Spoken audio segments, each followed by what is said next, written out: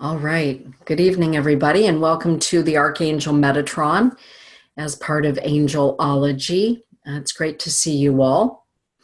And for just a moment, I'm going to go ahead and crop out any unnecessary things. Very good. And all right, make sure we're in good working order. So tonight we're talking about the Archangel Metatron, one of my very favorite angels to discuss and talk about, because Metatron is so vast and really multicultural. And I think one of the things that intrigues me most about Metatron is Metatron's association with magic, with gematria or sacred geometry, and also is one of those angels written about in the Old Testament that we can research back if we're looking into more of the metaphysical interpretations of the Bible, or mystical interpretations, I should say, to find out that before we knew this being as Metatron, in Genesis we knew him as the prophet Enoch. But first and foremost, the word Enoch means seer, or someone who sees, someone who is a mystic. And so we can't necessarily ascribe or prescribe Enoch as being one person or one of very few people, because the title Enoch, or the word Enoch, again, means a seer, a mystic seer. So any one of us could also be called an Enoch back in the day. Somebody who sees, somebody who is delving into the mysteries, and someone who shares their gifts, in this case, the gift of prophecy. So the Enoch that we're talking about in Genesis, Enoch was walking with the Lord and then he was not. And somewhere in all of my years of Coptic seminary learning and going about and going to Egypt, the rest of the story was filled in for me as it would have been told anyway in the Middle East, or at that time Egypt. Enoch, the prophet, the seer, was walking with the Lord, in other words, walking with the law of balance. And when he came to a place of perfect balance, he ascended. He ascended into his perfect body, his perfect mind, his perfect heart. In other words, in that moment, Enoch, the prophet, the seer, walking in balance with the laws of the universe, universal laws, became one with his solar angelic self. As above, so below. And so the mundane, or his physical body, and his higher aspect body met in the middle, and there was a moment of ascension.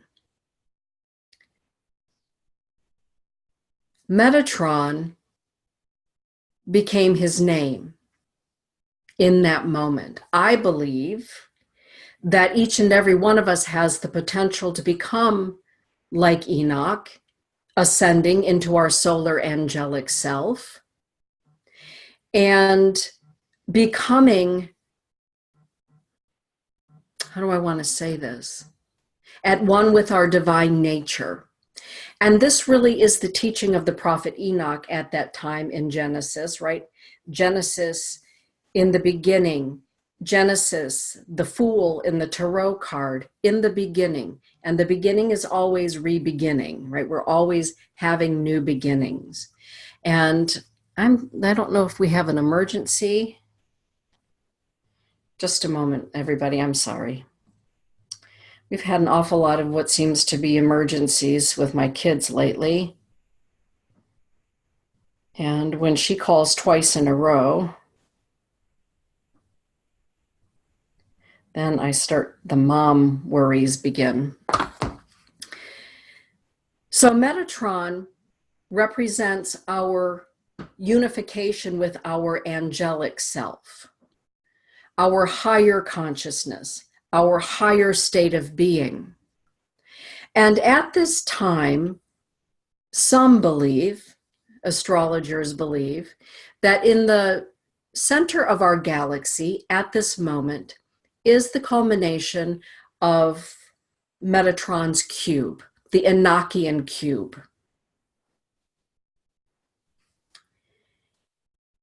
In the star alignment is what I want to say. The first time that I heard that, who was it that talked about that? Her name will come to me in Muskegon.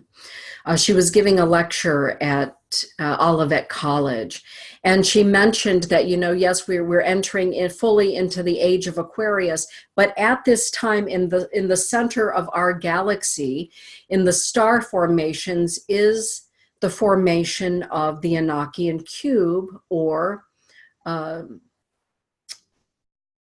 Metatron's cube. It can go by either one of those names. And so that is about ascension.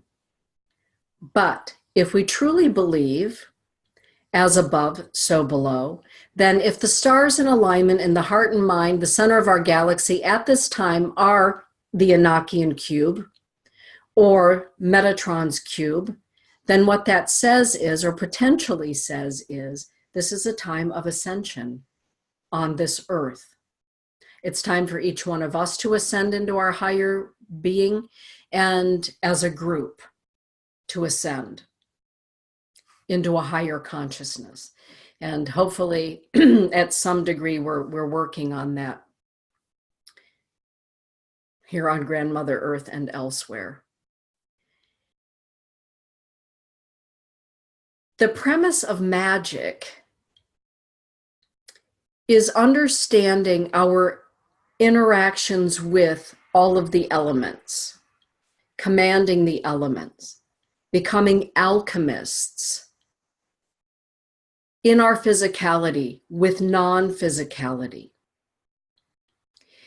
Enochian magic is working with the elements within us and the corresponding elements outside of us.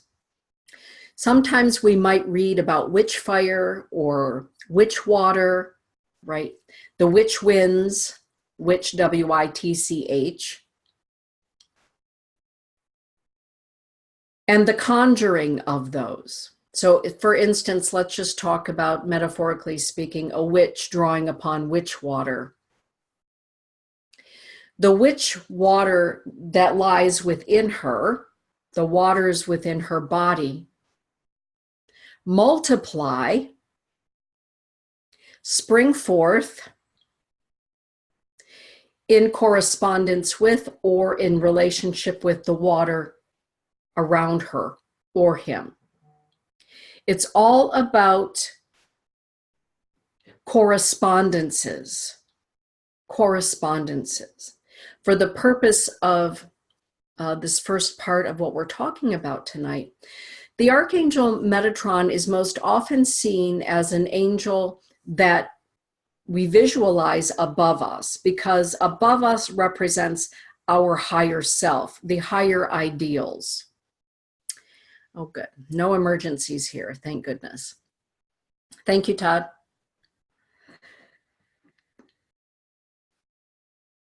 Metatron represents, for me anyway, hermetically speaking, the laws of above and below, without and within, and how we use them. How we use them. How we use our speech, our thoughts, our energy, our emotions. Metatron says, if you are able to walk on water, to calm the winds, right? To wield the fire responsibly, and walk in balance upon the earth, then you can utilize those corresponding elements outside of yourself, both seen and unseen.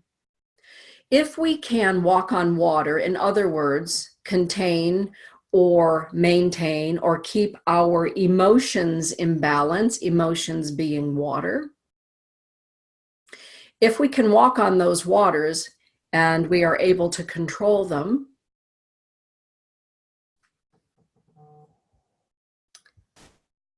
hey everybody, welcome. Hi Stephen.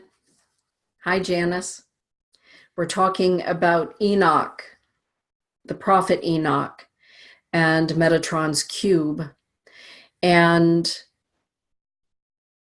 the corresponding elements, without going too deeply into Kabbalah. That reminds me, I'm going to be gifting all of you that have been working with the Angelology series with me, either in the physical school or here in the virtual school. We're going to come together. I'm going to create a date in the evening, and it's my gift to all of you as kind of a wrap-up of the archangels and Metatron. So we'll come together yet one more time to have further discussion about all of them. But the prophet Enoch, and that word Enoch meaning seer or prophet, and seers and prophets and magicians and healers, shamans, medicine people of all cultures, cutting across all cultures, understand that when you are walking in balance with yourself, your emotions, your thoughts, controlling your fires, right? Your temper, your passions, all of those kind of things, you can temper them, you can work with them. You are not at the will of your emotions, of your inner fire, of your thoughts, or your body, but that you have control of them. You are able to make them malleable. Then you are able to utilize all of the corresponding elements. If I were a witch, and I'm always angry and stomping around and mad, and I cannot control my fire, trying to utilize the element of fire, either seen or unseen, is not going to work out very well. If I am an emotional mess all the time and I cannot contain or balance, walk on my waters of emotions, if I am working with energies, if I'm working with medicine, if I'm working with magic or shamanism or whatever you call it, it's not going to work out as well as it will if we are working with all of our senses in balance. If I'm always in my mind and I don't have enough passion or no emotion, I'm always in my mind, conjuring up or creating magic in my life, or magic itself, is not going to work as succinctly or as keenly as it possibly can if my thoughts are in balance with my body, my emotions, and my spirit. This is what the Enochian cube, one of the things Enochian cube teaches us. Because our thoughts, our emotions, our physical body, our spiritual body, all of these have a corresponding body in the unseen world. I have a body of emotions. If we think of Pigpen in the Peanuts, we see that his body of emotions looks like little dust balls all over the place, right? He's always kicking up dust. If we look at Eeyore, who's always depressed and sad and looking on the gloomy side of things, we see that he can barely keep his tail on. His tail is always falling off.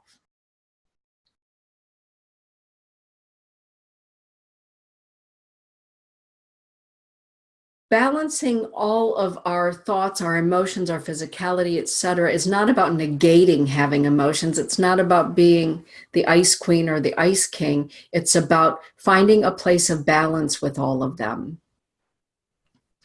Our emotional body has a corresponding body outside of us. And sometimes we call those the cherubim that we've given birth to in our emotions. Sometimes we do wear our emotions on our sleeve and we forget to wipe them off. And so we just have masses of emotions around us. Sometimes we can feel when somebody comes into the room with us, or we walk into a room, we can look at somebody and say, oh my goodness, they feel like an emotional mess to me. That person's a train wreck. Without ever even talking to them, their corresponding emotional body is talking to us. It has shown itself to us. The same thing is true with somebody who never gets out of their mind. This cloud of mind business is all around them. And without ever talking to them, we can feel they're not paying a doggone bit of attention. They're looking at us while we're talking, but their mind is somewhere else. Somebody whose passions are out of control. Maybe they're a sex addict. Maybe they need anger management, whatever it happens to be. They're bipolar, maybe. They just can't get the fire under control and employ it, malleable. We can utilize these magnificent things. You can feel it around them. They may feel angry. They may feel like a creeper, right? There are ways that we can pick up on passion and anger and the fire within somebody. Or we may say, boy, they seem like a really fiery, quick to temper person, or very passionate about something. Boy, don't bring that up around them, because holy smokes, you're going to light a fire. And all of those things are good because it's part of being human. Again. And we all know that when we're looking at somebody and their physical body is not well or in balance, it doesn't take much to really look at somebody and sense that there's something off in their physical body. We may not be able to see it initially, but we can feel it.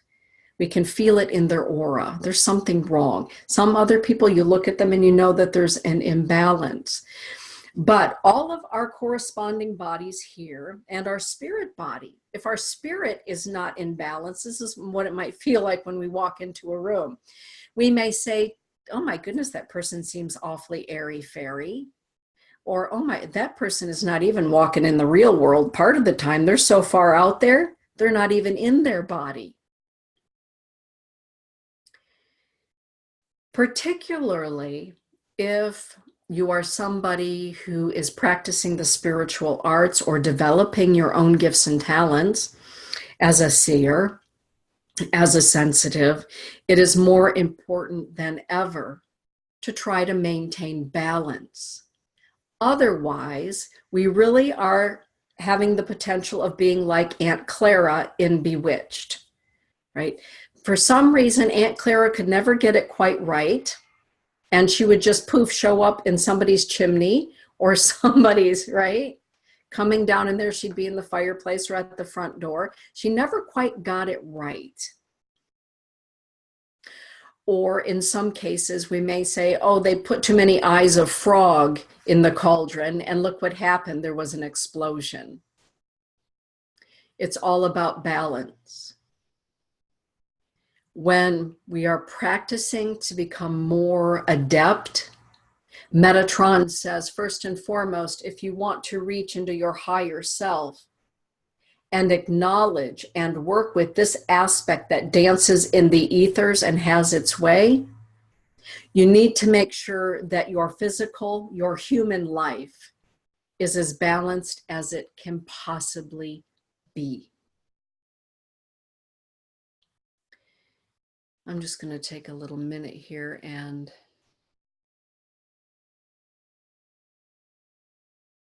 unmute Stephen first. Stephen, can you hear me? Yes, can you hear me? Yes.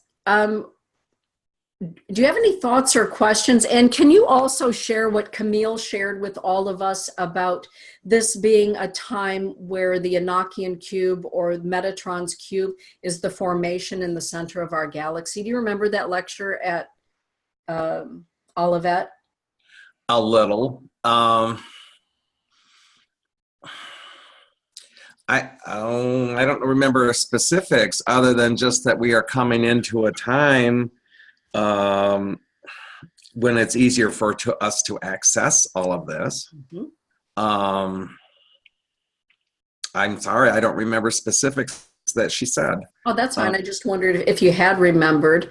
I was just talking about the fact that this is the time of ascension, really, and that Camille had mentioned that correspondingly so, in the center of our galaxy is the Enochian cube formation, planetary formation deep in the heart of things in the cosmos.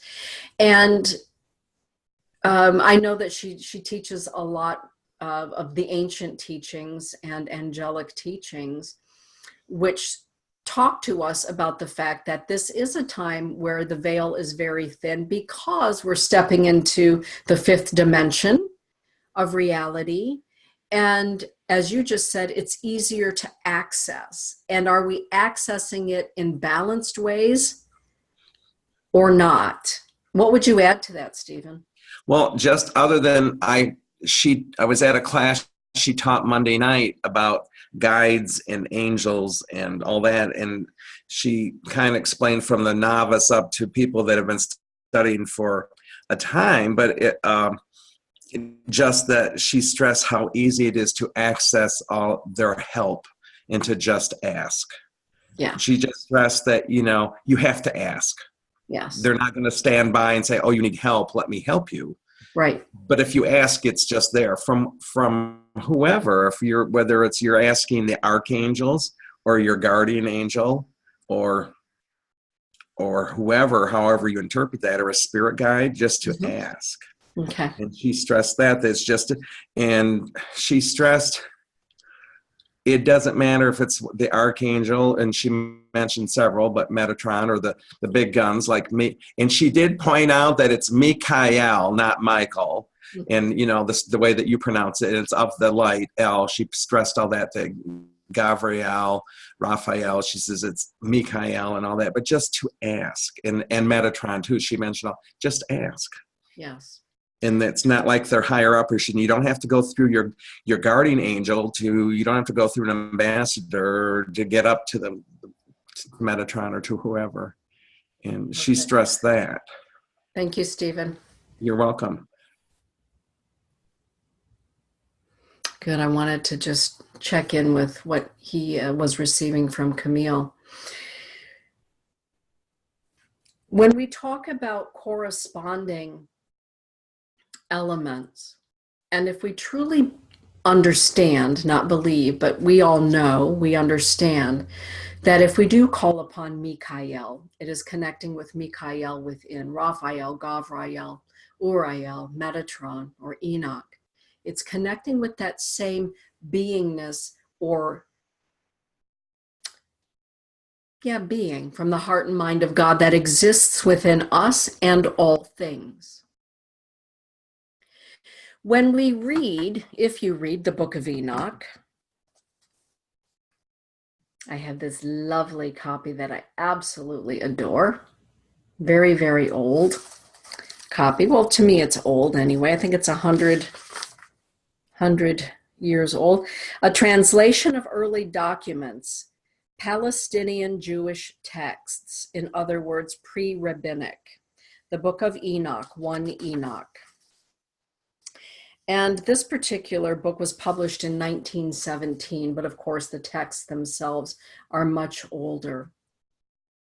A lot of times people will talk about the prophet Enoch or the Enochian teachings, and they immediately go to the apocalypse, right? Everything is apocalyptic. When you take a look at the book of Enoch,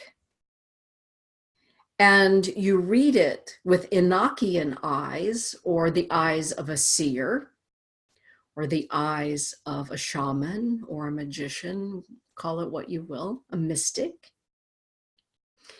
we come to learn a little bit of a different story. This book of Enoch talks about a journey of an Enoch, a seer, a mystic. And in this book, the Enoch, we just call him Enoch, talks about being taken out of his body, his physical body.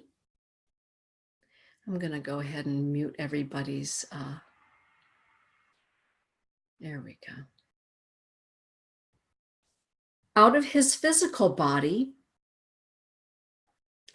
and into his astral body. And the book of Enoch relays his journey to the stars and to the planets of the universes. And in his account, Enoch writes that each of the stars and each of the planets have a name. And even those stars and planets that have not yet been born already have a name. Reminds me of Matthew, right? I knew your name before you were knit in your mother's womb. We read in Matthew. Before you were born, I knew your name. Before you were even knit in your mother's womb. I love this because it makes us pause and think, what does that mean? I knew you by name even before you were knit in your mother's womb. It means that we existed from the beginning. And that even in our beginning, we had a name.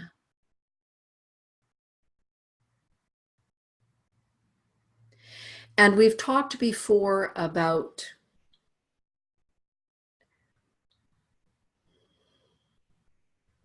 the stardust within us, right? And stars explode and they become other, stars, and a little bit of this gas goes off into here and some stardust goes into there. And what came before that, what became before that, and what galaxy before that, and the galaxy before that. And so if you take a look at what Enoch is saying, is that all of the planets, all of the stars, even before they were being born, in other words, born enough for us to record them, perhaps.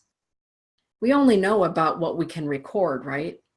We only know the names of the stars and the planets that we are able to understand even exist.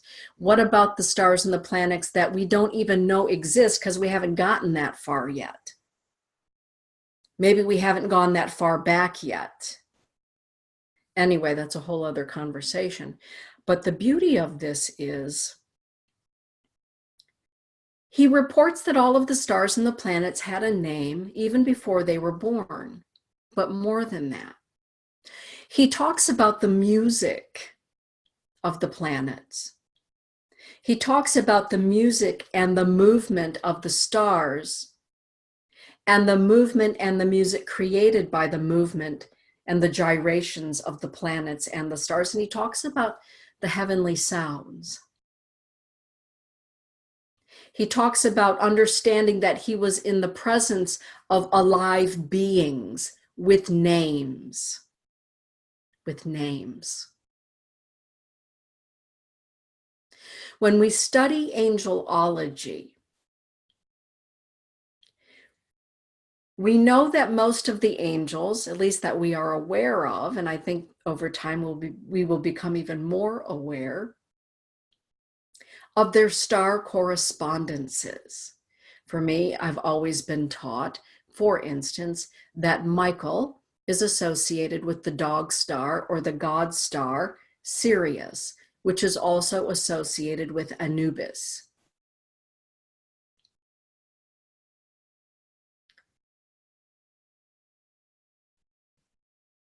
For me, the beauty of the Enochian teachings or the teachings of Metatron comes down to this. Do you not know who you are? You are star stuff. You are the planets. You are the consciousness of the heart and mind of creation, of the grand weave, of God, whatever we call that. Metatron says, remember who you are and who you have always been. You have always been, and you have always had a name. When we think of our name, we understand that we were given a name. We were given a name. Usually, when we think about our name, we think about the person or the persons, the people who gave us our name. And if everything is good and well in your life and with your parentage, you think, how beautiful that my parent loved me enough to give me that name. They named me after grandpa or grandma or whatever it happens to be, or their favorite movie star.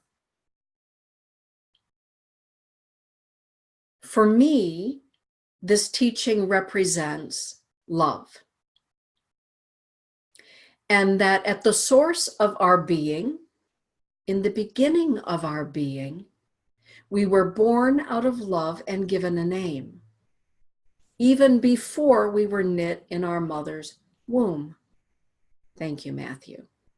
I think what he was really doing is kind of teaching here some of the Enochian principles, because that's how I look at the Bible, as parables, allegories, and guideposts, right, of what to do and maybe what not to do. And sometimes you have to sort through some things to, right. The whole reason that I'm saying this is that he teaches us that everything in the universe is alive. It is on purpose. It has been named. And all of it exists within us, even those planets that have not yet been discovered, the stars that have not yet been discovered. If we go back in time far enough, potentially, there are stars yet, right, that we don't know about that have already been born and have become supernovas, if we can go back far enough. The ancientness of who we are is often lost the moment that we get here to the earth plane. We forget about it. In any form of working with the elements, whether we use the term sorcerer or sorceress, again, witch or warlock, magician, magi, shaman, medicine woman, the list goes on and on. Any form of genius that brings information, right? So musicians and artists.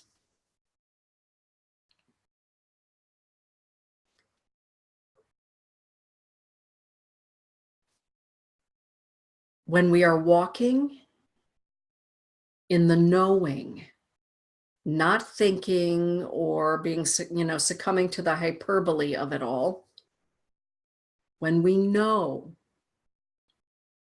that Enoch's account of his visit to the stars is all of us, all of our account, we can look at ourselves differently. We can behave differently. We can connect with the elements differently, more potently, more keenly. I like that word keen and keening. I like those words. Those are my words for this evening, I think.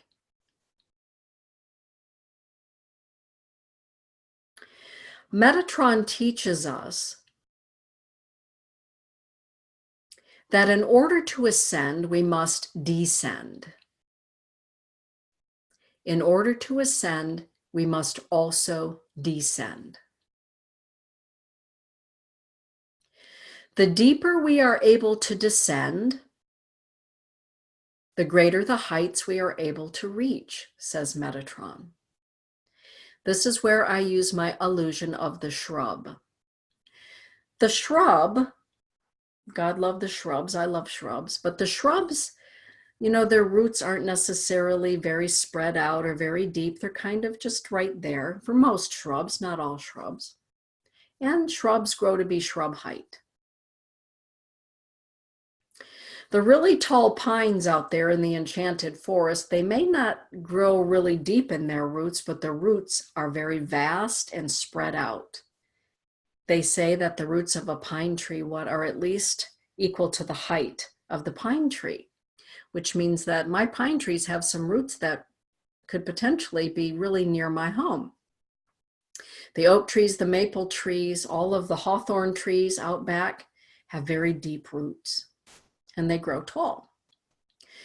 Enoch says, in order for you to ascend to greater heights, you must also know the darkness. And you must be able to traverse the darkness. Emotional darkness, mental darkness, physical darkness, spiritual darkness. And the degree to which you can maneuver, walk into the darkness, sit there a spell, and sometimes it seems like we sit there for quite a spell, sometimes. And when we come back out into the light, we have the potential for greater wisdom than ever before. Than ever before. Some people get lost in darkness. Dark thoughts, dark emotions, dark times, illness, whatever it happens to be. And other people use those times as fertile soil. And they emerge from those times like the sycamore tree. Like the sycamore tree. Tall and radiant, magnificent, majestic.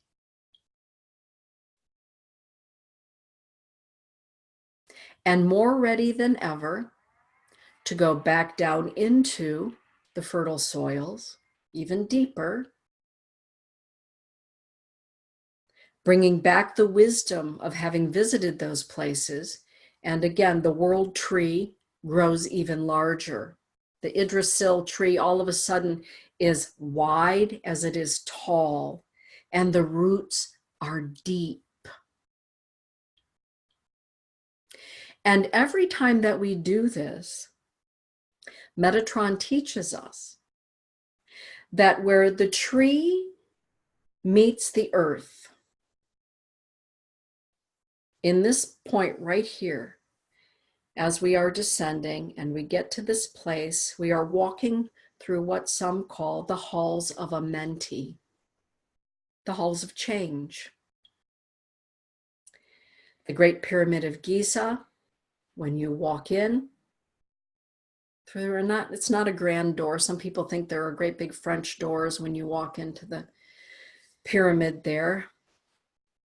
It's very small, very flat right there, not very big. That also represents the Hall of Amenti. At this place, at that place in the Great Pyramid,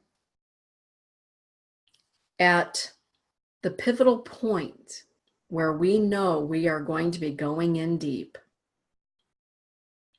we are asked to leave our old vestments, our old skin, our old outdated belief systems at the door.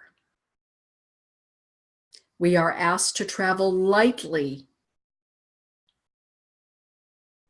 into the roots, into the darkness. Travel lightly.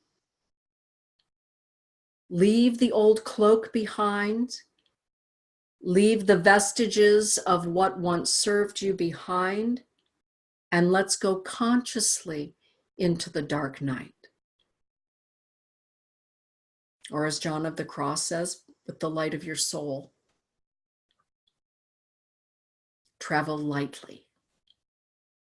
And in doing so, when we travel humbly and lightly into those dark places, when we emerge and we ascend again, We are literally dressed in the light of our wisdom. We're dressed in the light of our wisdom. If we go naked into the desert, as they say, we come back dressed in the experience of those 40 days. That's what we are wearing. Darkness doesn't always mean awful, insidious things. Sometimes when we say in order to ascend, we need to descend, we need to descend into those places in our lives perhaps that we haven't visited, that we haven't healed, that we haven't faced. Sometimes when we say we must descend to ascend, what that means is maybe we just need to get quiet. We all know people who, for the life of them, can't stop talking. They can't stop doing.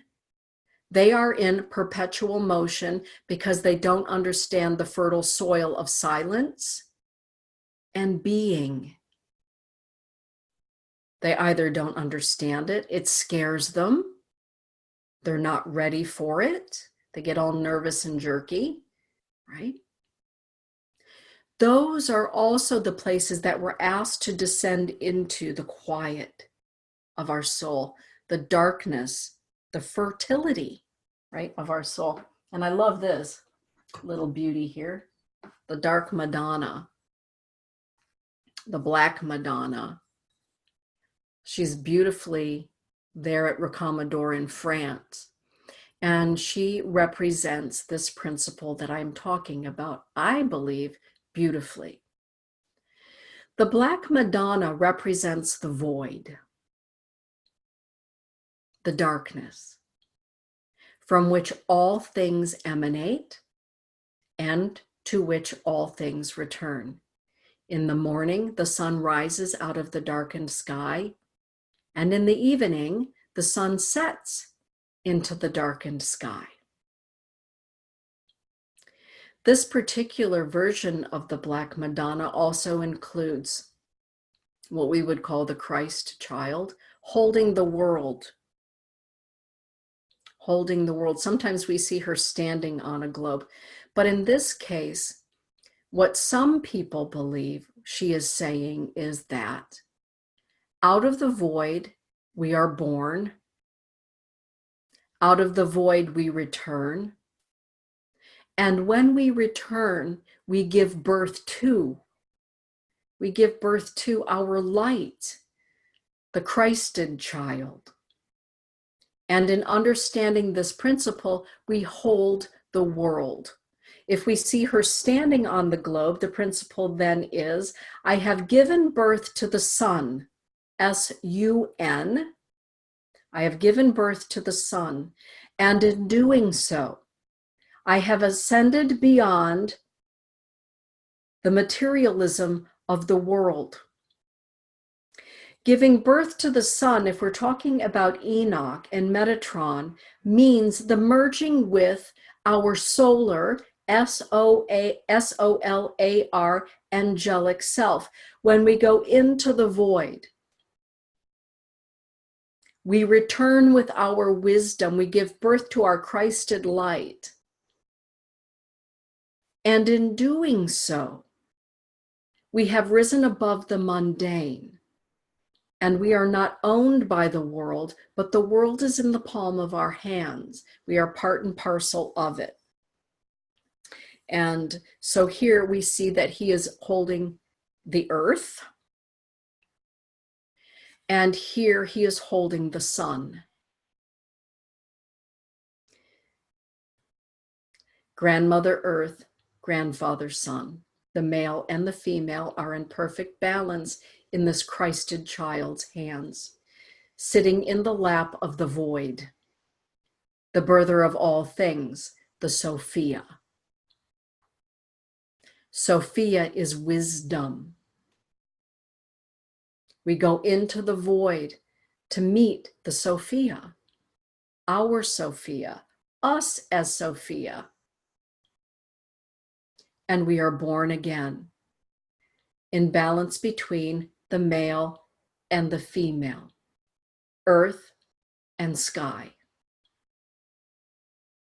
And it's at this point that, this crown, this is our seventh chakra, being ordained, right, in the understand of who we are between earth and sky, that we are this bridge. And so I've been looking forward to sharing this piece with you for quite some time. But again, it's a metaphor. It is a teaching in and of itself. And it's all about balance and continually giving birth to.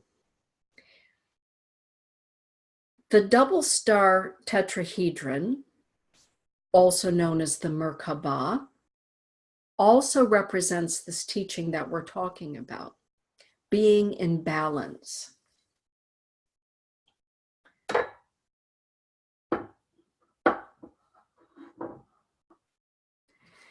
When we are in balance with the ascended teachings and the descending teachings, and we walk with them both, not just walking around in a state of ascension, but walking around in our state of ascension, but also in our state of understanding and knowing the darkness, or in other words, the void,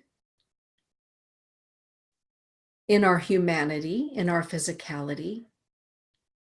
We are really truly walking in our light body. We are in balance between the upper pyramid and the lower pyramid. We are walking in our Merkaba body, our star body. And so this is why I'm so enamored with the teachings of Metatron and Enoch, because it is a reminder to us of who we are. And that when we know that, all that we are contained within us and outside of us, seen and unseen, is available for us to manifest things with, to create with, in other words. And so we can create on any of the four levels: physical, mental, spiritual, emotional. Are we doing it consciously aware or mindfully aware? Mindfully aware, to me anyway, means that my mind is aware. My mind is aware of all things. I'm aware, I'm aware, I'm aware. To me, anyway, consciously aware means my consciousness is aware and awake. If my consciousness is aware and awake, my mind is also part of my consciousness. All of me is awake and aware. When I understand these principles, says Metatron, when you are congruent with the teachings and you're walking on the path in balance, you're walking in tandem with your angelic or your higher self, and you see things differently. You act differently in the world, you feel things differently in the world, and you exude light differently in the world. You are different in the world because you're kind of like an angel on earth, if you will. Kind of like the Dalai Lama, right? The Dalai Lama is never really attached to the world because the Dalai Lama understands these principles. And yes, he is in this world, but he knows he's not of this world. And therefore, everything that he encounters builds his belly of compassion, his Buddha belly of compassion. He has a higher understanding. And not that everything has been hunky-dory for the Dalai Lama, but in those places and times of darkness, he has retrieved his wisdom. He has gone into the Sophia and retrieved her wisdom. And let that feed the rest of him and inform the rest of him. All right, I'm going to take a little break right now since I've been rambling on for quite some time to see if anyone has any questions. Hey, Janice. Hello. Hi there. Any thoughts or questions? Number one, I put you on my calendar as 7:30, and so I came in late. I'm because I missed that first part, I'm a little out there, but I do love something you shared recently about calling on the allies, our allies of the light. Mm-hmm. That really almost simplified it for me in the sense of sometimes you don't have time and you just need it now. And I really love that you shared that about the allies of the light. Thank you, Janice. So thank you for all this information. You're welcome. I'm trying to speak at a more manageable cadence, or with a more manageable cadence, because sometimes I watch myself and I think, oh my goodness, you got so carried away with that thought. How could anyone possibly follow your thought stream? Margaret. Hi, Margaret. Good evening. Any thoughts or anything you'd like to add for this evening? Just as Janice, I'm like late to the party. Uh-huh. So I'm, scrambling to get up to speed. So yes, I unfortunately have nothing to comment on at this point, Okay. but maybe catch me in a little bit. Okay. All right. Thank you, Margaret. Cynthia. Hey, Cynthia.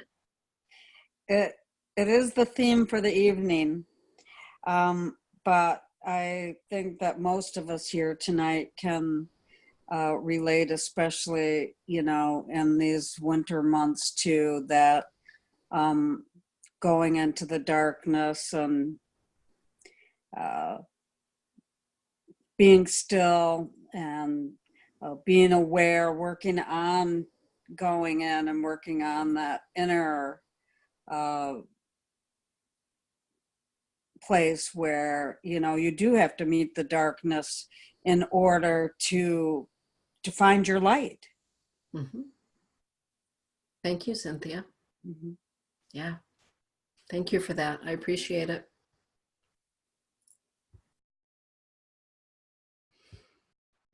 Marilyn, what about you? What would you like to add or ask or? Love the part where you talked about controlling your emotions. Mind, body, spirit, fire. My emotions have not been in control. And it really brought home to me for the last year and a half, 2 years, where my emotions have been. And even though I've been in classes with you on Metatron, it's so nice to have all the information again and to know that those are things I need to work on. Oh. And it's amazing. Once we know, then we know, and we can act upon it and move with it. Yes. Yes. Yeah. Thank you for sharing that, Marilyn. I appreciate it.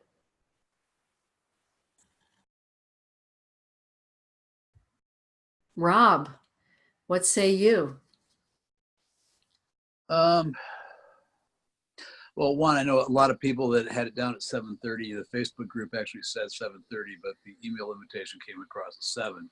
So something like that, I knew that it was coming across at 7 because that's the way Zoom does it. Uh-huh. The one question I had is, I know like in the past we always said like Raziel cognates with the earth, and it's kind of like an angel that is basically the goddess that signifies earth for those that are monotheistic. And we can't call the earth a goddess, and especially whatever. One thing I've heard, and I wonder if your thoughts on this, that Metatron actually is like another name for Malkut. Yes. So, which why I guess when we call him Metatron above and then Raziel below, which would make absolute sense. Yes. Because yes. In Kabbalah. Yeah, you're right about that. You're spot on. Okay. Yeah. Yep.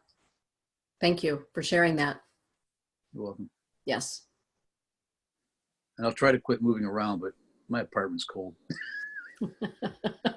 Snuggle under your blanket there. You look cozy.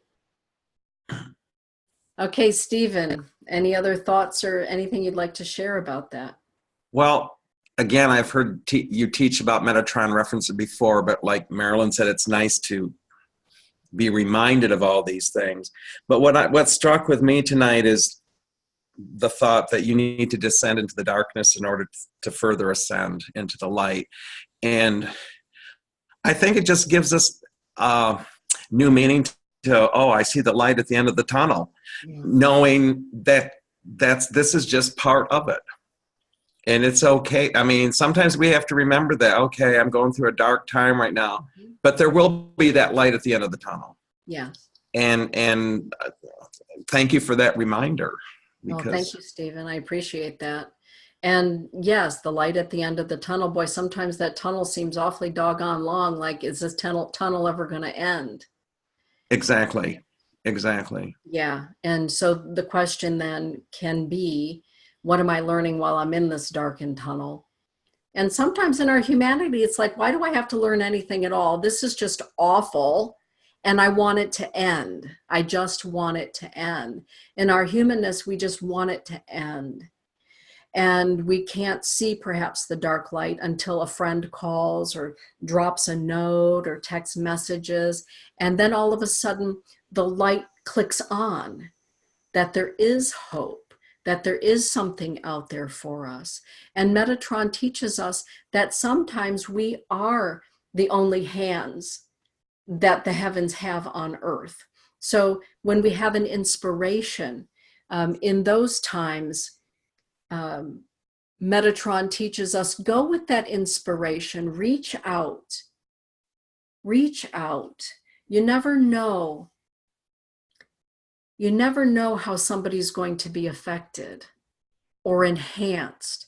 Maybe you're the person, as Albus Dumbledore says, that all of a sudden you're going to be the one that remembers to switch on the light for somebody who has forgotten that the light exists even. So thank you for pointing that out, Stephen. All right. Hey, Todd. Hey. I think for me, Gabe from the other room. And I've heard and read about Metatron so many times, and I always think of it, I guess, think of him as above.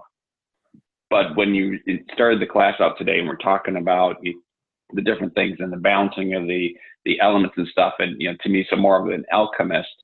And it just dawned on me, I never thought about reaching out to Metatron to help balance things. You tend to go, I think I need more fire right now. So you go in one direction. I need more, emotions are out of whack. I'm going to water or going that direction. But to never think about, okay, what's the proper balance amongst those? And, to have Metatron come and help me with that. And, like I said, it's funny how just when you need it, you've heard it 20 million times, but it finally sinks in. And just with even like the mystery school last one we had, and to hear how many people right now are going through such upheavals in their lives or serious things in their lives that, it's like balancing somebody is just getting flared. And how appropriate to be talking about Metatron at this time to help balance that out and bring in the complexity that's needed of the elements or whatever to help get you to that next level, to ascend. So no, it's going to break through tonight for me and Metatron. Oh, thank you, honey.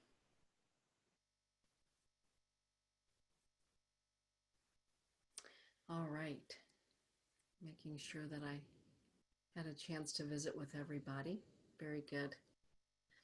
Metatron calls us from the heart and mind of our galaxy and says it's time for everybody to ascend. It's time to lay down all of those things in your life, whether they're thoughts, belief systems, memories, experiences that are weighing you down.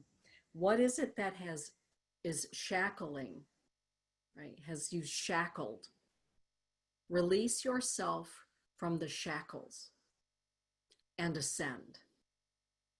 And in doing so, in unshackling ourselves, sometimes that means our life changes, that we literally do lay down our old vestments, who we thought we were, who we wanted to be,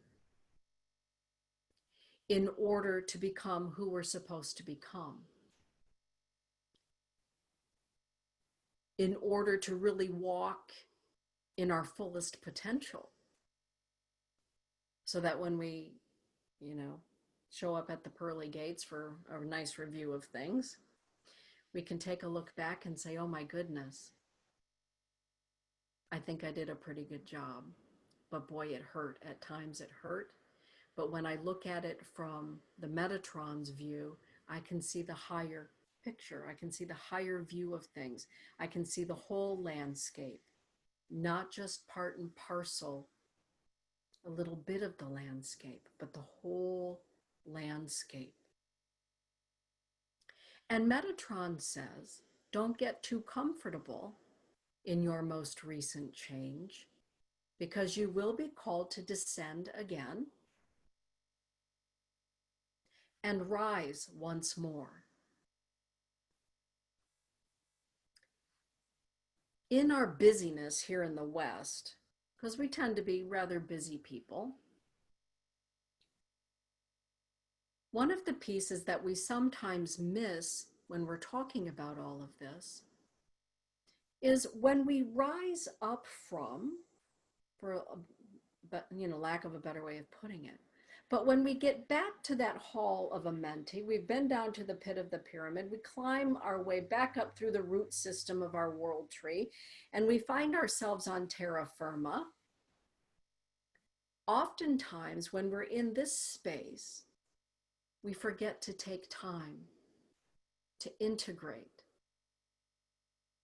our experience.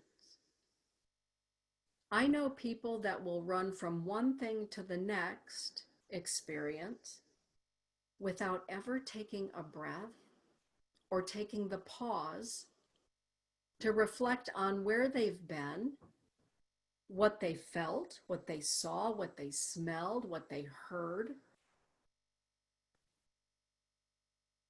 and how it's changed them, and the potential to change them, let alone the wisdom that they may have gained if they take the pause to take a look at it. Here in the West, anyway, we're told that if someone that we love passes, well, you have 3 days of funeral leave. Some people get a little bit more, and then let's get right back to work. Let's get cracking. Oh, you're back from the hospital? Well, can you move your right arm? Okay, great. That means you can work the keyboard. Let's get back to work. Let alone mental, emotional breakdowns that happen, family things that happen. Metatron says, before you ascend into these new heights of awareness, why don't you take a little time to reflect upon and integrate where you've been, what you've learned, what the potentials might now be. Who are you now? That's the big question that happens when we find ourselves back on the main floor, that space between above and below. Who are you now?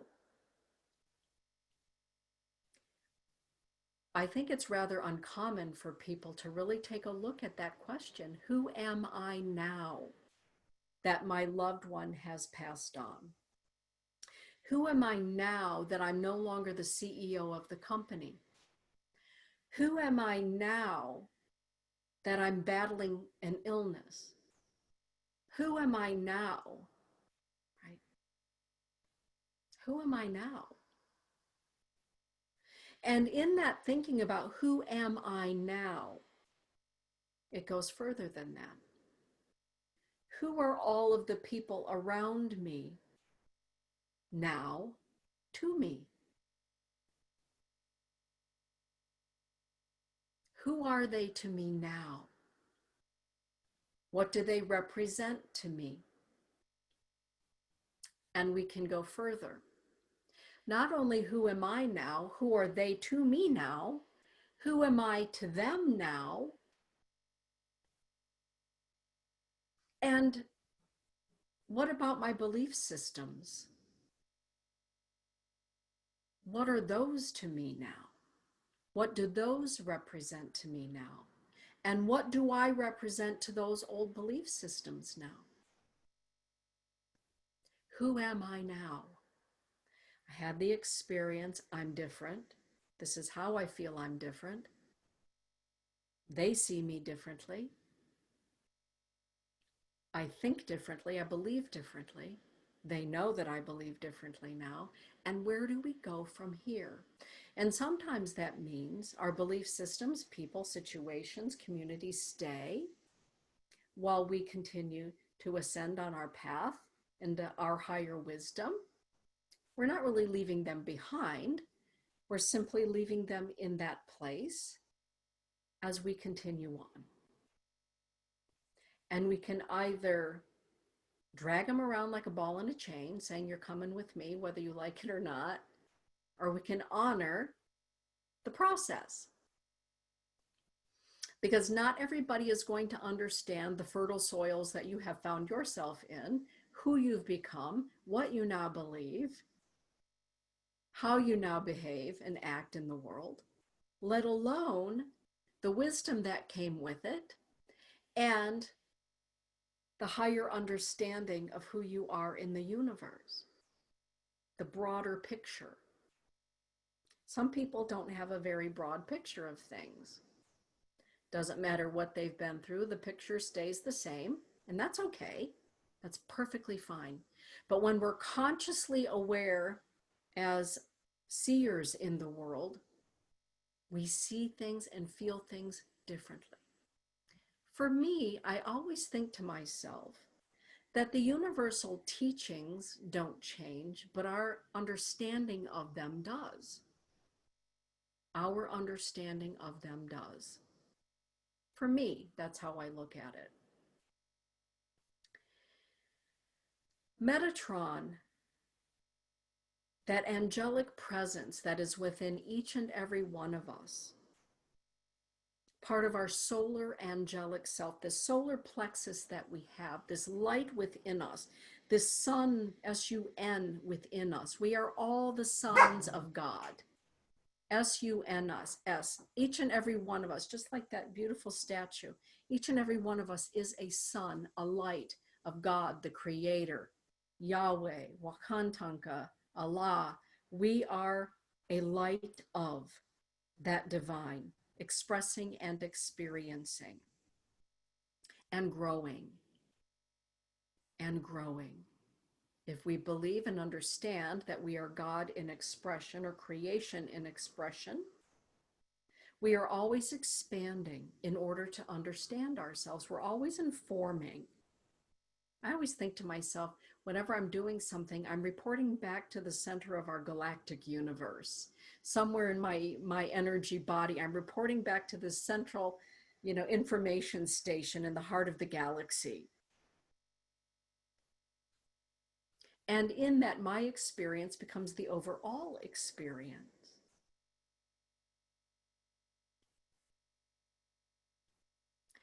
When we know that the elements are within us, when we know that the intelligence of everything is within us, and we can call that forth within us, and the alchemy of correspondence, the hermetic law of correspondence, this is when we really begin to create some amazing things in our life. Some astounding magic in our lives. When we can bring the best of earth and the best of the heavens to a pinnacle point where we are the Hall of Amenti, where we are that star tetrahedron, the Merkabah, there isn't anything that we cannot accomplish, create, manifest, change, deconstruct, construct in the universe. The laws of the human laws, right, go away. Somebody once said to me, Dana, how is it that when you're pouring a sweat lodge, the spirits come in and the spirits will interact with people? How do you do that? Well, it's not necessarily anything that I do other than I don't think to myself, geez, it would be really, really great if at this time a Thunderbird spirit would come in, or geez, it'd be really cool if this happened. I know it to be true. I know it to happen. And I call upon that same force within myself. Here's an example. Somebody once asked a medicine man, what is it that you sing, or what is it that you chant to bring about the rain? What is this rain dance that you do? And the medicine man responded, we don't call to the rain, we become the rain. We don't beg the rain to show up. We become the rain. And when a group of holy people or community comes together, of medicine people, and they all become the rain, the rains begin. I don't call upon the wind, I become the wind. I don't call the fire, I become the fire. I don't call the joy, I become the joy. I don't call to love, I become the love. I don't call to change, I become the change. These are the Enochian principles that I'm talking about. So extrapolating what the medicine man said into the law of correspondence. We can sit all day and wish for joy, hope for joy. The moment we become joy, joy comes to us. The moment that we become abundant, abundant things come to us. And so it goes on. This is what Metatron tries, or I should say, Metatron is the personification of these principles.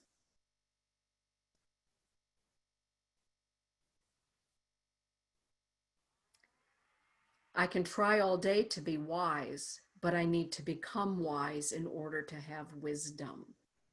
I need to be wise. Well, down the rabbit hole we go.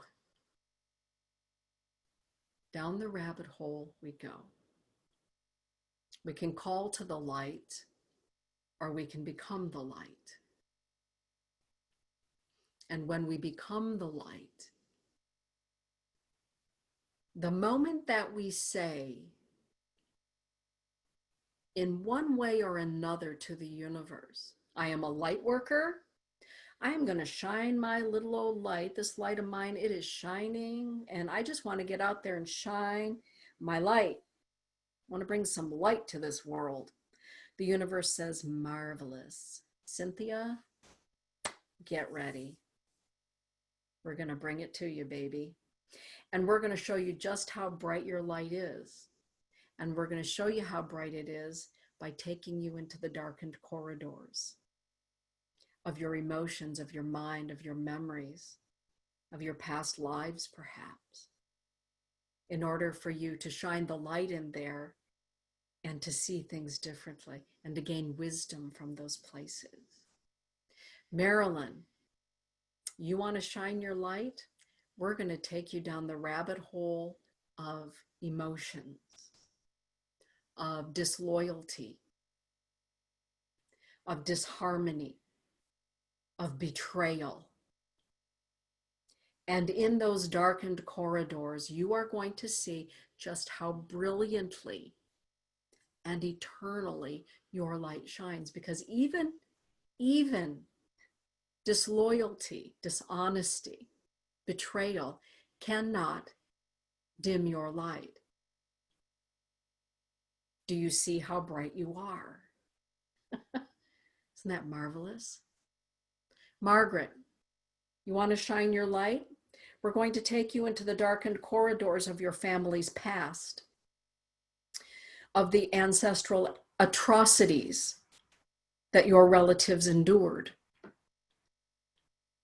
And even when you visit the ancestral atrocities, you're going to learn just how brightly they continued to shine and how brightly they continue to shine through you. And so this law of correspondence, for me, represents the idea that we are here to have a human experience. It's unique. It's not for the faint of heart. But we've come here to have more than just a human experience. I believe that we have come here to bring heaven to earth, the ascended principles to this earth plane, this magnificent outpost of being. And Metatron says, the brighter the light that you wish to shine, the darker the depths that you will visit. The key word being visit. He doesn't say take up roost there, build a house while you're at it. He doesn't say build a shrine in the darkness, right? Where you can just sit and worship every day. Some people do that, and that's fine for them. But you're going to visit. You're not going to, as Kelly Spencer would say, you're not going to set up camp. You're going to visit, you're going to glean. You're going to take a breath and integrate, reflect, move forward, and the cycle begins again. Do we ever stop the cycle? Well, I suppose that we can try to stop the cycle. But I do believe that as we move along this path of awareness and being consciously aware as seers, we're gifting other people around us this magnificent thing. As you and I all accept the understanding that we are all seers, it becomes part of the consciousness of everything around us that we all see, that we all see. If Rob and Janice and Stephen and Todd are able to see that everything around us is also related to them, what they do is not something done in a vacuum. It becomes part of the consciousness of everything around us. Oh, we're all related. It's not even the 100th monkey thing. It becomes part of the consciousness. And now in the time that we're living in, being consciously aware means, I believe, gifting other people conscious awareness or awareness of consciousness. And for some people, it's very befuddling. I was talking for a minute as we got going that in the last 4 weeks, biological relatives on both sides of my family have reached out to me. And on one side of my family, my mother's side, what I have learned is that my great-grandmother, Hendrika, came here to the United States in 1917 with my great-grandfather, Jan, and along with my grandmother, Gazina. And I said to my cousin, Corey, who was my mother's cousin, I said, I have a question to ask you, Corey. You've read my book. She said, oh yeah, you're definitely one of us. I said, what does that mean? She said, your great-grandmother, my grandmother, Hendrika, took me to see my first psychic when I was 16. And I said, oh, I'm so glad to hear that. She said, oh yeah, absolutely. Your great-grandmother Hendrika was psychic. Your grandmother Gesina was psychic. I don't know much about whether your mother was or not. We didn't really talk about those things. And she said, I'm pretty sure that I also have pretty good intuition. So yeah, you come by that naturally. I was absolutely thrilled to hear that. And it felt very welcoming. On the other side of things,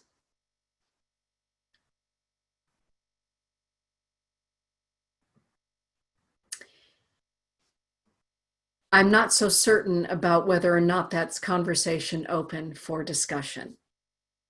We'll just put it that way. But I have a choice. Do I hide who I am? Or do I continue to just be who I am? And maybe after 56 years, my father's people have reached out to me because it's time for them to have a different consciousness about things.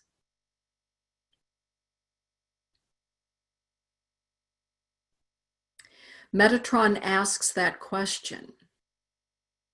When you know what you know, are you going to continue anyway? Because this very short lifetime is that it is a very short lifetime here on Earth. As above, so below, as without, so within. Metatron, Archangel of Ascension, thank you for bringing my emotions into balance, my body into balance, my thoughts into balance, my spirit into balance. Metatron, thank you for accompanying me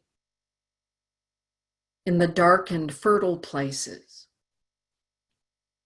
Thank you for helping me to find my light and to gather wisdom in those places. Metatron, Archangel of Ascension, thank you for helping me to reflect upon all that I have learned. Thank you for helping me to know who I am now and who I am to become. Metatron, Archangel of Seers, thank you for helping me to see my way as I ascend upward in understanding and knowing.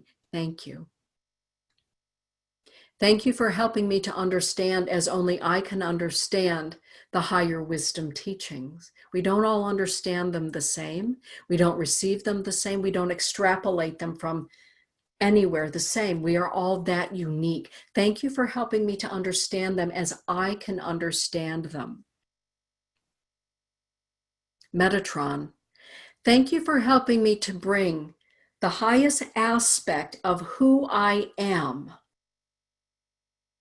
the highest aspect of who I am through my physicality, my mental, emotional, spiritual bodies here to the earth plane in a balanced way. Some people get a little bit of wisdom or wisdom teachings and they go off the deep end with it. What about remaining in balance with the wisdom that you've gained? Right? Thank you. Thank you for helping me to reflect, to remain humble, for walking in balance with the laws of the universe is usually best done when we're humble. And if we're not going to be humble, boy, we certainly have some things come along that are going to make us very humble. It's way easier just to be humble than have to be humbled. And sometimes when we need some humility, help me be humble in this situation. Metatron, thank you for helping me to be humble as I go into this dark void. Thank you for helping me to be humble through this divorce. Thank you for helping me to be humble as I lose my job. Thank you for helping me to be humble, right?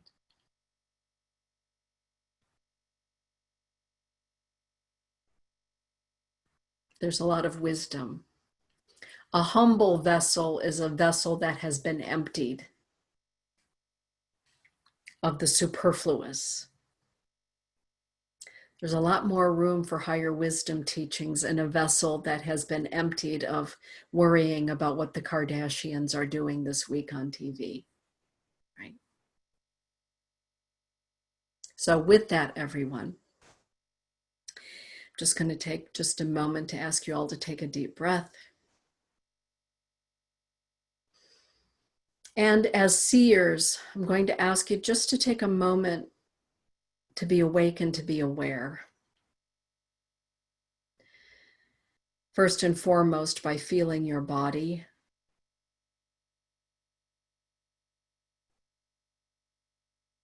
Giving thanks for your body.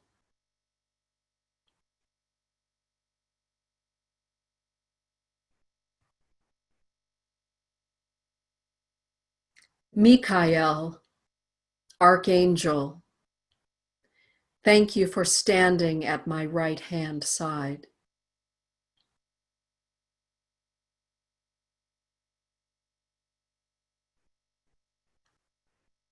Uriel, Archangel, thank you for standing before me.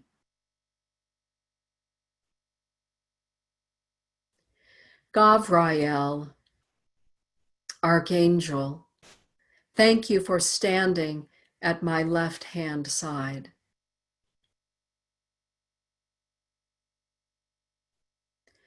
Raphael, Archangel, thank you for standing behind me.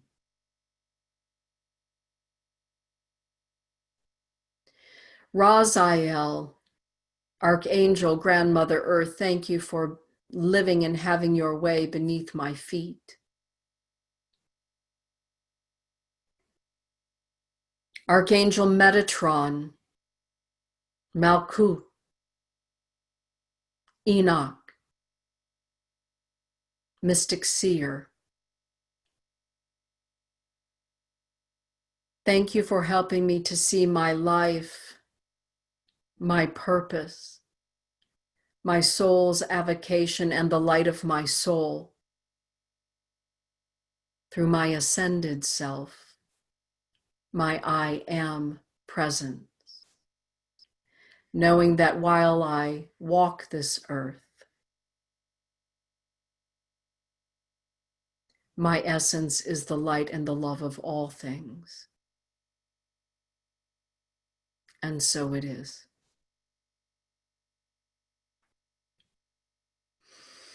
Deep breath in. I mentioned earlier that I will be putting together a date for a gathering, and this is my gift to all of you for participating in the classes either at the school or here or both. And so we'll be doing a class next month or in March where we talk about all of the 4 archangels and Metatron and Raziel. And we have something of an overview of all of the angelology. So I'll get with all of you, and that is my thank you to each and every one of you for all that you do for me. You are a blessing to me, and for all, frankly, that you do for this earth that we're living on behalf of the angelic realm. You are all earth angels, and I mean that very deeply. So with that, everyone, have a beautiful evening.